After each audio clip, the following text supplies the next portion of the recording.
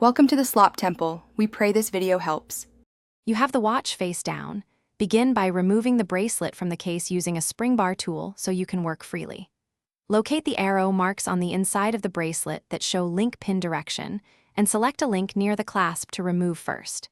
Use a bracelet holder or soft block to support the band, then align a pushpin with the pin head and tap gently until it protrudes. Once the pin moves, pull it free with pliers to release the link. Now that a pin is free, you should remove additional links in sequence to balance the watch on your wrist. Push the next pins out the same way, keeping track of pin orientation and any small collars.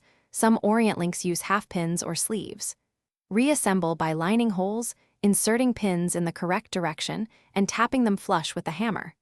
Once you've removed an equal amount from each side, reattach the bracelet to the clasp and try it on to confirm fit. Make small adjustments rather than large jumps. Finish by ensuring every pin is seated fully and the clasp closes cleanly. Wiggle the links to check for looseness. Reinstall the bracelet to the watch head with spring bars, making sure spring ends snap into their holes, and then wear the watch for a short period to confirm comfort. If a pin won't go in, realign the holes and use a small punch for precise taps.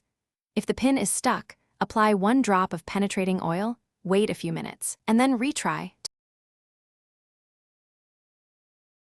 Thanks for watching.